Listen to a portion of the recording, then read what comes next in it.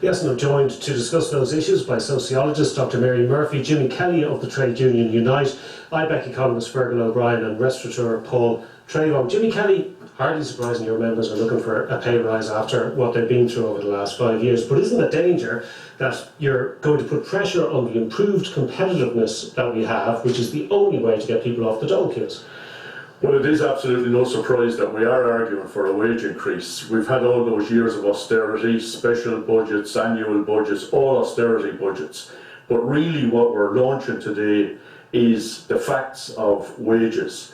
And the facts of wages across the EU 15 show that we're a low-wage economy, that we're 14% below the average wage in the EU 15, and it's a fair comparator. It's also... So that's based, according to your document, that's based on firms with 10 employees or more, so it might not be the same for very small companies. And it goes right across sectors as well, but it's coming to be the best judgment that you can make on where Ireland fits in. And the reason we're doing it is because there's an accusation sort of that we're somehow a high-wage economy. So we're clear on this, we're a low-wage economy, we're a highly productive economy, highly productive Irish workers, and profits are rising. But is there a danger that you're going to trade off an increase in pay for people that are at work in return for keeping people on the dole queues? Absolutely not.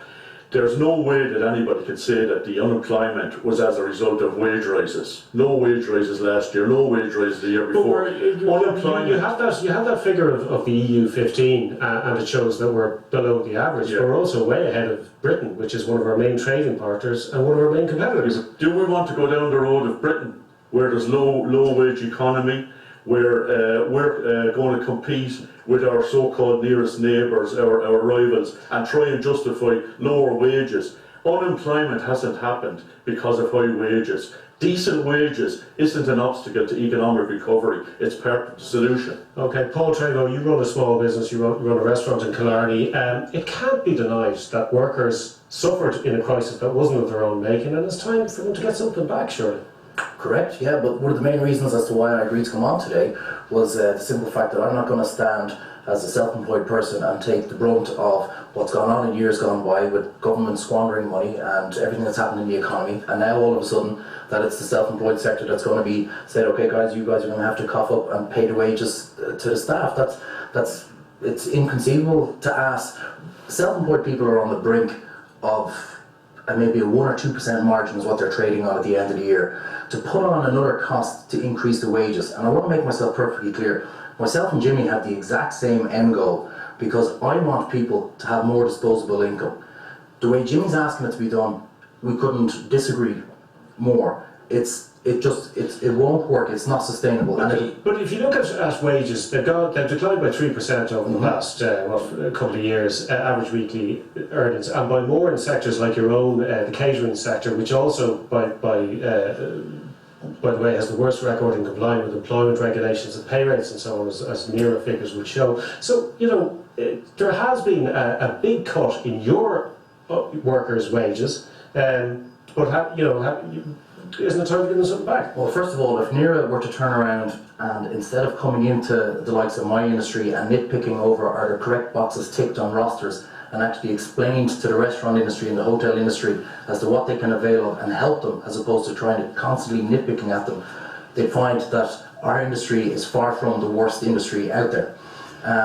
The simple facts of the matter is that if we start paying our staff more, and I said I can't reiterate this enough, that I want the same thing, because we are on the front line of the first people that suffered when the recession hit in.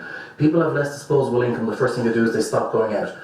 On the flip side of that, if people start getting more disposable income, we're the first to benefit. So I want that result, that people have more disposable income. If you put more money in workers' pay packages, if all workers get more money in their pay packages, it's going to come filtering back to you, sure? No, it's not, because if the self-employed sector starts paying people more, it will result in one thing: more businesses will go bust, will go to the wall, hang on a second, and that they will lose their jobs.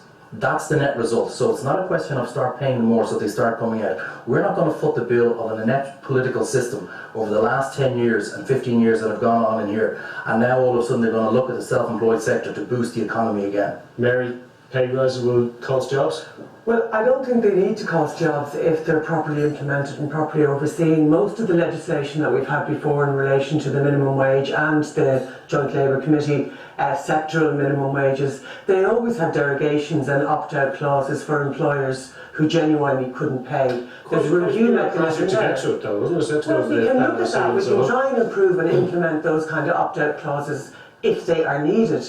But the truth is, they were rarely ever used, they were rarely ever needed. And though we heard employers pleading general inability to pay, very few employers ever in the past needed to use those mechanisms. So I'd be very interested this time, if we do raise the minimum wage and do restore some of the JLC mechanisms, those opt-out clauses are there, the review mechanisms are there. There's a safety valve there. In other words, we don't need to trade wage increases against jobs, and that's a myth. That's not the wrong argument. We're not talking about doing a wage. We're talking about an across the board pay rise. So we saw in the report there people running small companies that are selling in the domestic market, and they're put to the pin of their collar. There's no doubt we've had a struggle in this country to keep jobs and to make new jobs, but I think if we're talking about end goals, we need to step back a minute and talk about what kind of society are we trying to create for the future. We're not trying to, certainly the people that I know and work with don't want a society that's based around a low wage principle, and nor do they want a society that's based around low taxes, because low taxes mean low social services and low social expenditure. We'll get into that particular argument in a little while. But Fergal O'Brien of IBEC, your members want to hold on to the gains they made during the crisis. Why waste a good crisis? Profitability has gone up for many companies.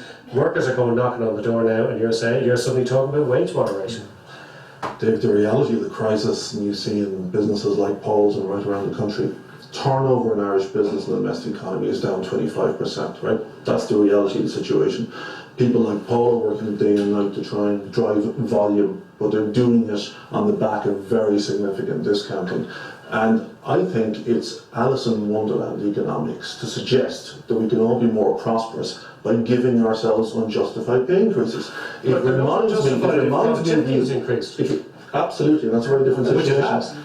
But it reminds me of the economic model whereby we can all get rich selling overpriced houses to each other. The only way we're going to get a sustainable economic recovery is on the back of a competitive-based export model and a recovery in the domestic demand. And I agree with Jamie, Mary and Paul and George's comments.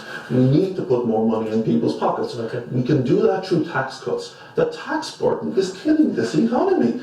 George was outlining how much the government is getting from pay increases through taxes. Just to say with pay rises for a minute, I mean, you're saying you're on the same side as Paul there with a small company, but IBEC is talking about an incomes policy, which in effect would mean big companies that can afford it cozying up to the unions, cutting a deal, and leaving Paul off the side. Absolutely not. Look, there's no going back to the model of social partnership we had before this crisis. There's some pay growth happening in the economy because there's some companies that can't afford to give pay increases, and that's absolutely great. And there is a recognition of some of the sacrifices that have been made during the crisis in terms of productivity and workplace change and all of that. What's really important now is we're managing our cost base, but we're also managing pressures that are going to start to emerge. It's not going to be a social partnership model like what we had in the past, but there's going to have to be a discussion. Not a one-size-fits-all. There is no suggestion that we will go back to a centralised direction in terms of price pressures. It's going to be enterprise by enterprise because every company is in a different situation, and the guys in the domestic economy whose turnover is down 25%, where the local authority rates are still at the boom time and where the rents are still excessively high, they are struggling for their margins. Well, and that's real pressure. I was looking at the McKinsey report on pay rates, and it suggests that while pay rates at the shop floor are being kept moderate, there's a little bit of growth in the boardroom and top management. I think particularly when you look at owner-managed businesses, entrepreneurs, they've taken a big hit. In terms of boardroom salaries, there's a competitive market. We're in an international market. Okay, and I think for Ireland to operate, there's also significant growth in profit. since 2010, profits did go down a lot at the start of the crisis, but they have recovered and they're now increasing. And it's also the case that the Irish wage share, the share of wages in the gross national income, is very low relative to other European countries. Profit takes up a much larger slice of our national income, and it's there to be used to fund wage increases. Just very briefly, how do they tell you nothing the profits have gone? Those numbers are Eurostat numbers, the CSO numbers. I'll explain that on behalf of a self-employed person. Profits tell you absolutely nothing, because in a time of crisis and in a time of recession, you can take up your P&L account and you can throw it in the bin because it means nothing. The only thing that's important right now is how you manage your cash flow, and it's the only reason why so many businesses have managed to stay in business, because they've managed the 30 days credit and they're managing their cash flow. If you were to stop it today and they had to pay every single bill, they'd be out of business. But a very important point that needs to be made is the trade union and the political system think this way, and the self-employed sector think this way. And how to put into context is that if the economy was an egg timer with the sand dripping down, the trade union and political system want to find more sand all the time, whereas the self-employed person will plug the hole. And there's more ways that we can turn around and solve this. No, there's more ways that we can turn around and get more money into people's pockets. And if the trade unions were so concerned about the people and the staff and their members, they could give free membership for a year. Okay, Jim. We've produced the facts, and Paul, there's no denying the facts. We've shown how this is a low-wage economy. That's not just going to stay.